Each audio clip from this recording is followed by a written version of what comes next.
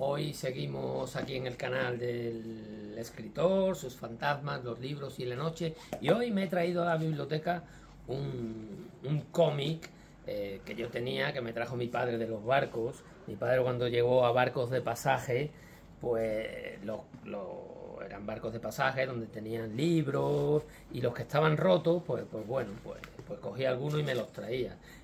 Sobre todo, pues bueno, tengo historias, la colección Historia Juvenil de Bruguera, esta es de Bruguera. Tengo Tex Willer y Kit Carson, que conozco perfectísimamente, todas las reservas de los navajos, con Tex Willer y allí el desierto de Mojave.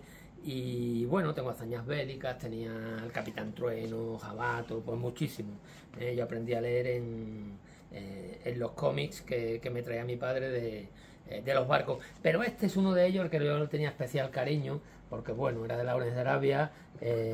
Está editado en el año 1969 y bueno, empezó a ser una figura histórica pues que me gustaba muchísimo como historiador, como arqueólogo, y bueno, se forma una leyenda. Pero ¿quién forma la leyenda? Que es por lo que estamos haciendo hoy este pequeño podcast. Pues la forman los escritores, empezando por él mismo. Él se conoce perfectamente y él sabe cómo llegar a la memoria y cómo llegar a los sitios. Aquí tenemos todos los libros, algunos libros que tenemos de Lawrence. Tenemos muchísimos, tenemos más libros de Lawrence, que es lo que yo quería significar en esta biblioteca. Por ejemplo, más libros de Lawrence de Arabia que cualquier otro héroe español, entiéndase Blas de Lezo, entiéndase pues Álvaro de Bazán, entiéndase pues muchos libros sobre héroes. Pero la literatura inglesa y norteamericana, y la imprenta, que siempre te hablo de la guerra de la imprenta, sí que ha trabajado muy bien con sus héroes, ¿no? Y ha conseguido que nosotros en nuestras bibliotecas tengamos más sus héroes que los nuestros. Una cosa muy curiosa y desde luego muy española. Pero mira, aquí por ejemplo tenemos nada más y nada menos que a un autor de la talla de Robert Graves. Es decir, si Robert Graves te toca con su mano, posiblemente llegues al Olimpo. Y mira que Robert Graves vivió en Mallorca mucho tiempo. A mí me gusta mucho, es el autor de Yo Claudio, el autor de Los dioses griegos. Ese es el primer libro que yo recomendaría de él. Y bueno, aquí hay ejemplares de Los 7 pilares de la sabiduría de Thomas Edward Lawrence. Tenemos dos, uno en 2 volúmenes y otro en un único volumen. Lawrence de Arabia hace las cosas con cabeza cuando escribe Los 7 pilares. Era un artista, y es fundamental que el arte vaya al lado de la historia si queremos que perdure en la memoria. Eso pasa con los autores del siglo XVII españoles, con los que estoy trabajando mucho. Sus 7 pilares, pues bueno, todos, tanto el poeta Siegfried Sassoon como Winston Churchill, que por cierto le dan el premio Nobel de literatura. Ya sabes cómo se dan a veces los premios Nobel. Pues bueno, pues todos ellos hablan maravillas de estos 7 pilares. Incluso Lawrence le pregunta cuando lo está haciendo y se lo deja leer, y nada menos que a otro premio Nobel, que a George Bernard Shaw. Bueno, los premios Nobel ya sabemos que están muy enfocados a unas determinadas corrientes, ¿no? George Bernard Shaw, él le pregunta si lo que ha escrito es arte. Y desde luego que es arte, a mí me gusta mucho. Yo cuando leí Los 7 pilares, ya digo que yo el primer libro que tuve de Lawrence es este, de 1969. Yo tendría 6 años, 7 años.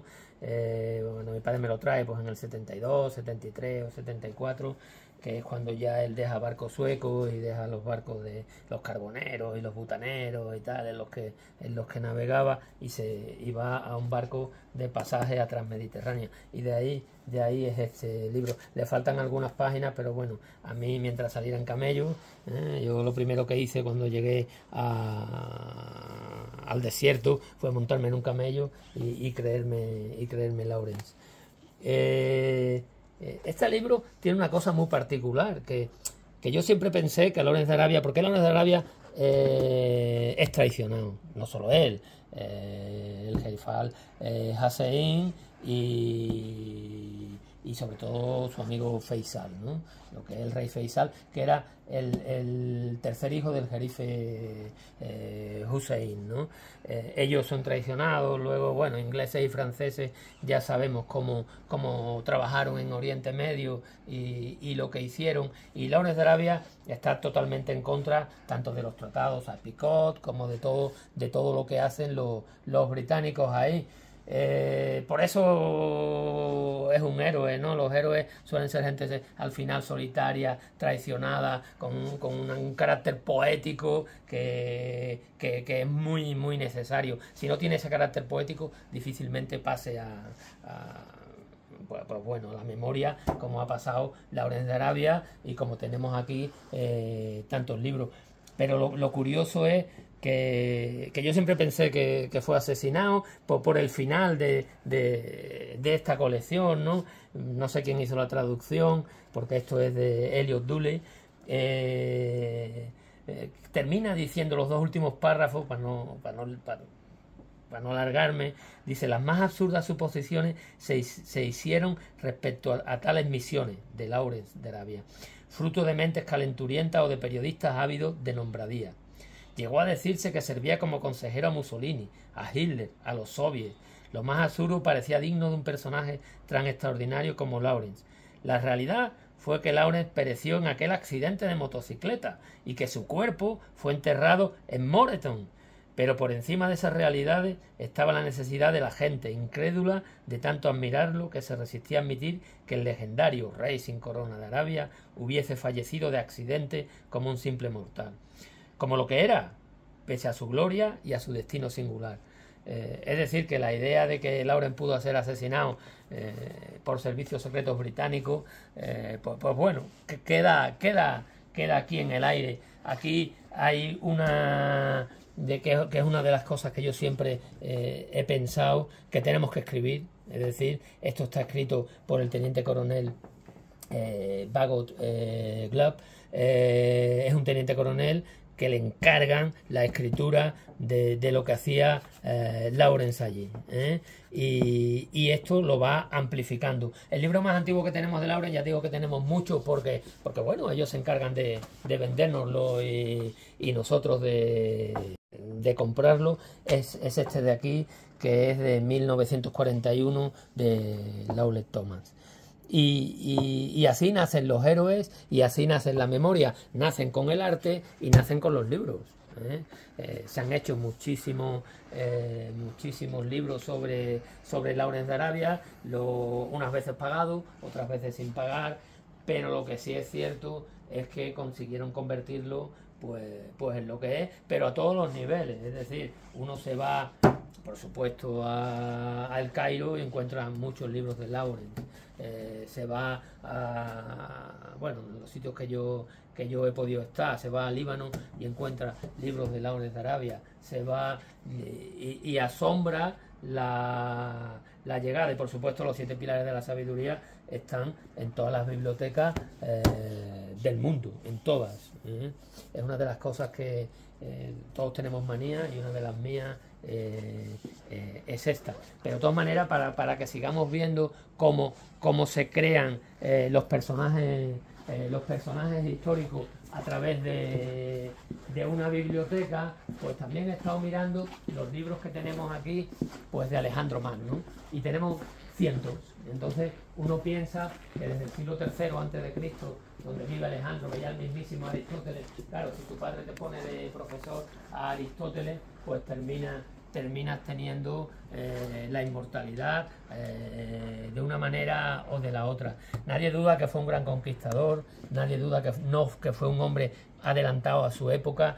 Él, Alejandro Magno, está a favor de un cruce y de un mestizaje grande, bueno, como el que hicimos los españoles en Hispanoamérica, ese mestizaje que se da. Él, cuando conquista Persia y vence a Darío muere asesinado por sus propios generales. pero bueno, él le vence y cae y produce la caída de Darío. Él se casa con una hija del rey Darío, se casa con Roxane, que vive en las montañas de Afganistán, y su hijo Alejandreo, que luego asesinado por los generales griegos. Pues bueno, él se viste a lo persa, él cree que de ahí yo creo que Alejandro fue asesinado, ¿no? Igual que he dicho antes, la teoría conspiratoria de Lawrence de Arabia, pues también hay una teoría conspiratoria de Alejandro Magno, y yo creo que fue asesinado porque Grecia se hubiera diluido en lo que es Persia, Babilonia y lo que pensaba Alejandro, un gran mestizaje desde Alejandría hasta la India, ¿no? Pues bueno, pues a Alejandro le pasa lo mismo. Alejandro, tenemos libros desde hace 4 días. Estos libros son de hace 4 días. También hay mucho estudio inglés, anglosajón, sobre la figura de Alejandro, igual que la figura en España, ¿no?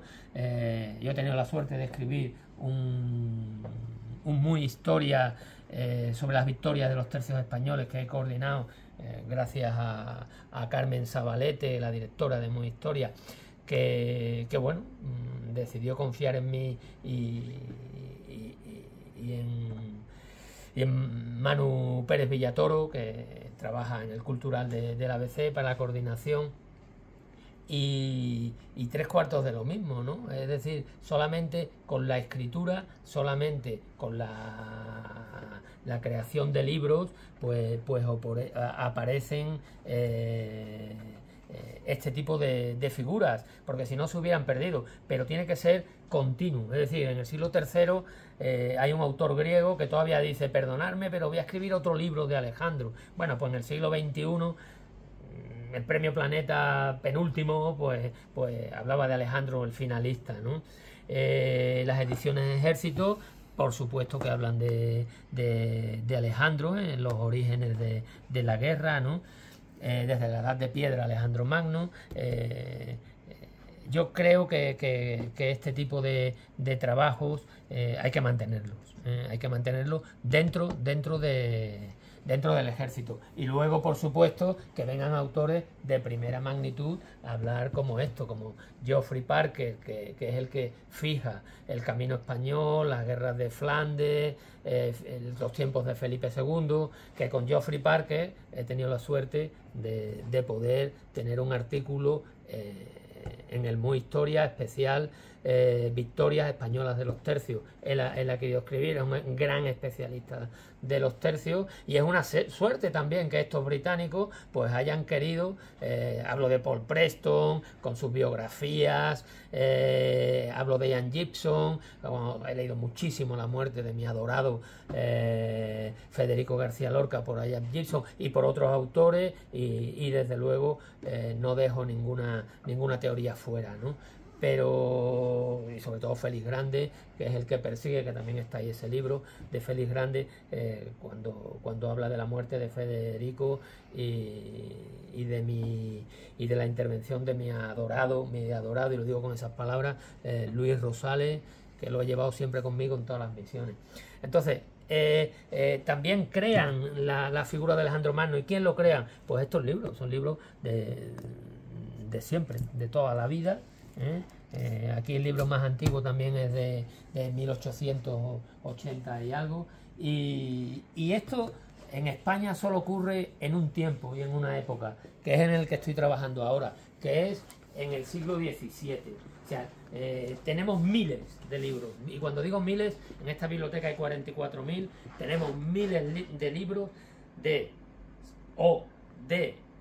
con sobre Garcilaso, Cervantes, Lope de Vega, Quevedo, Alonso de Contreras, Bernardino Cetina, el Inca Garcilaso. Aquí hay algunos ejemplos. ¿Por qué? Porque ellos escriben y hay que escribir. Los soldados tienen que escribir. Es decir, el llevar un cronista para mí es fundamental. Y el cronista tiene que ir siempre, pero tiene que ir ahora. Perdimos esa sana costumbre prácticamente en el siglo XIX. Ya con los africanistas ni os cuento, porque la guerra del Rif está muy mal contada. Está contada pues por Arturo Barea, bueno, que es un grandísimo escritor. Me encanta La llama, me encanta La ruta, me encanta, bueno, lo que es la trilogía de La forja de un rebelde. Pero bueno, hacen falta más cosas, eso está bien, pero hacen falta más cosas, porque la de Arturo Pérez es muy negativa, la de Ramón J. Sender con Imán es muy negativa, y toda esa parte es negativa. ¿Por qué? Porque ya los militares dejan de escribir, ya no escriben. Y eso no existe una esto de aquí, ¿no? La canónica de Cervantes es Jean Caravallo, esta es la canónica, pero hay muchas. Sobre Cervantes tenemos muchísimas. Una que a mí me gusta mucho es esta última, La juventud de Cervantes, de Lucía Mejía, también. Pero luego tenemos de todas las épocas. Este también está muy bien, estos libros de Quevedo y Villegas, 1852. Y luego he pensado, digo, voy a coger un era español, y ya que tenemos 300 libros de Alejandro Magno, otros 200 de la Orden de Arabia, nuestro siglo XVII, que está muy bien recogido, porque bueno, eran fueras de serie, tanto como soldados como con... Cuando digo soldados, eran soldados, Calderón era soldado, Cervantes era soldado y estuvo como soldado Bisoño, Alonso de Contreras era soldado, aunque llega a capitán a base de mandoble, y dicen que es en el que se fija, yo creo que sí, Pérez Reverte para su capitán a la triste. Y digo, voy a coger a Álvaro de Bazán. Y he descubierto una cosa muy curiosa, porque de Álvaro de Bazán solo tenemos 3 libros, es decir, tenemos 200 de Alejandro Magno, 200 de la Orden de Arabia, 3000 de nuestros grandes soldados de los tercios, soldados de Levante y soldados de América, porque llevaban sus cronistas. Magallanes lleva a Pigafetta, que luego se queda con Juan Sebastián Elcano a la muerte de Magallanes, pero Pigafetta trabaja para Magallanes, no es el cronista del Cano, lo nombra una vez, si acaso, o sea que y lo curioso es que de Álvaro de Bazán tenemos muy poquito. Esta de Agustín Rodríguez González, que es de la editorial Edad. Esta de aquí, Don Álvaro de Bazán, el Marqués de Santa Cruz, y luego la más antigua, que es esta, que es de 1888. Y tiene una cosa curiosa, que está escrito por un oficial de primera del Cuerpo Administrativo del Ejército. En septiembre se cumplen los 150 años de la marcha del Cuerpo Administrativo del Ejército de Madrid y su llegada a Ávila. Ávila, los intendentes del Ejército de Tierra y Ávila, pues hay una gran relación y una gran comunión. Y resulta que lo escribe Ángel de Altolaguirre y Duvalé, 1888. Y es del Cuerpo Administrativo del Ejército, y viene como consecuencia de un premio que se otorgaba. O sea, que se saca un premio de una biografía literaria, y este señor, que es del Cuerpo Administrativo del Ejército, la escribe y gana por unanimidad, y esa es la que tenemos. Es decir, que la que hay aquí en esta biblioteca más antigua, de 1888, y como consecuencia de un premio literario. Es decir, que, hombre, a lo mejor hay que sacar premios literarios, hay que poner dinero encima de la mesa, y hay que gastarse dinero en lo que queremos. Si queremos mover nuestra historia, pues hombre, no podemos tener a un tío estudiando un personaje a cambio de nada. Todo el mundo tiene que comer. Por eso creo el prólogo es de un coronel de infantería marina, que pone aquí teniente coronel de infantería marina, pone capitán de fragata, Francisco Aguirre de Tejada.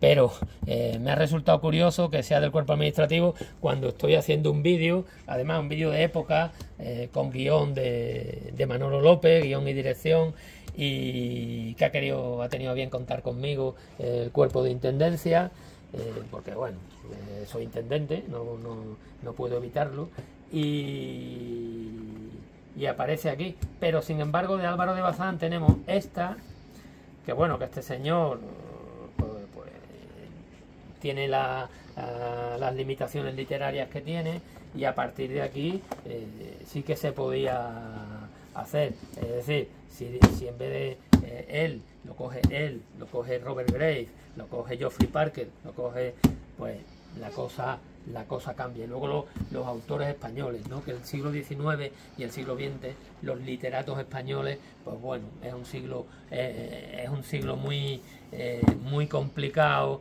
y muchos de los grandes escritores pues terminan en el exilio en uno u otro momento, ya estén los liberales o estén los absolutistas en el XIX, y en el XX mejor no hablar, porque el XX es para echarse a llorar hasta que, bueno, hasta que llega la democracia, me imagino, ¿no? Y ahora en el siglo XXI sí que tendríamos que empezar otra vez a revisar esto, pero bueno, no es mala idea. Hay un premio Ejército donde sí que se hacen libros sobre esto, pero bueno, yo creo que Ángel de Altolaguirre tiene todo nuestro respeto, por lo menos todos los míos, no solo por ser del cuerpo administrativo del Ejército en 1888, es decir, este tipo, si en 1875 va a Ávila y toma su sede en Ávila, en el Palacio de Polentino, el cuerpo administrativo del Ejército, en 1875, pues 13 años más tarde este hombre se pone a escribir una biografía, nada más y nada menos que nuestro héroe, don Álvaro de Bazán. Y tenemos 3 libros, muy pobres. Si queremos crear héroes, que la gente conozca la historia, y sobre todo los jóvenes que conozcan la historia, y luego decir, es que no hacemos películas. Bueno, que no hacemos películas porque también hay que ganárselo. También hay que ganárselo. Los ingleses y los americanos tienen un punto de espíritu crítico que yo creo que nosotros todavía no tenemos, no tenemos. Preferimos que no hagan las cosas antes que las hagan de determinada manera. Yo soy de la otra opinión, pero bueno, tampoco soy nadie.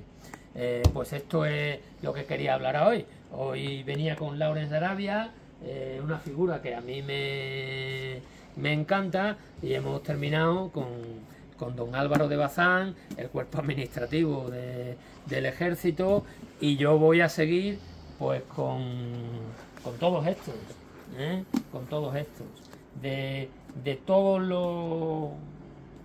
los soldados de Tercio y soldados de Levante que estoy viendo.